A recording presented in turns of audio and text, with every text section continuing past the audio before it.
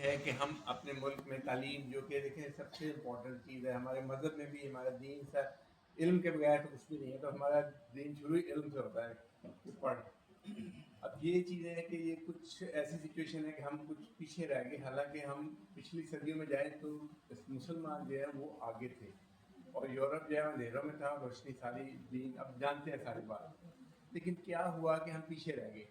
اب یہ واپس ہم نے اپنی جو ہماری جو صورت حال ہے ہمیں واپس اچیو کرنا ہے. دنیا کہاں چلے گی اس میں یہی ہے. اب دیکھیں اے آئی کیا سیکھا ہے، ہماری تو سمجھ سے باہر. ہم لوگوں تو جب بچپن میں چیزیں سنی دیکھی سنی تو دور کی بات ہے نا، سوچا ہی نہ ان کے بارے میں. تو یہ کیا ہوا اور کیسے ہوا، اب ہم سب نے مل کے یہ کوشش کرنی ہے کہ ہم مل کے واپس لائیں اپنی جو ہمارا اصل بات ہے. ہم لیڈ کریں دنیا کو. مسلمان لیڈ کرنے کے لیے پیدا ہوا دنیا کو. تو اب لیڈ کرنے کے بجائے ہم اس وقت فالوور میں سے ہیں.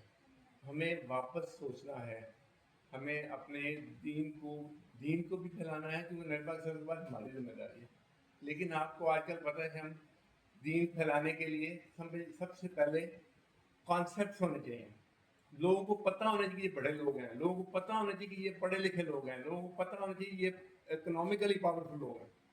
اس وقت ہم نہ اکنامکلی پاورفل ہیں، نہ ہی ہم زیادہ پڑھے لکھے ہیں. اس ساری چیزوں میں اگر جہاں کھڑے ہیں تو دیکھا جائے تو لوگ کون سنیں گے ہماری.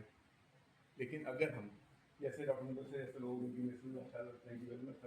یہ لوگ واپس پاکستان میں آ کے ہمیں بہتری کی طرف لانا چاہ رہے ہیں، تو میری آپ سب سے ریکویسٹ ہے کہ اس کو ذمہ داری کے ساتھ اور اس کو ایک مذہبی ذمہ داری سمجھ کر اس کو سیکھیں، تاکہ ہم آنے والے وقتوں میں ہماری آنے والی نسلیں کم از کم وہ اس لیول پہ ہوں کہ وہ دنیا کے سامنے کھڑے ہو کے کہہ سکیں ہاں ہم مسلمان ہیں.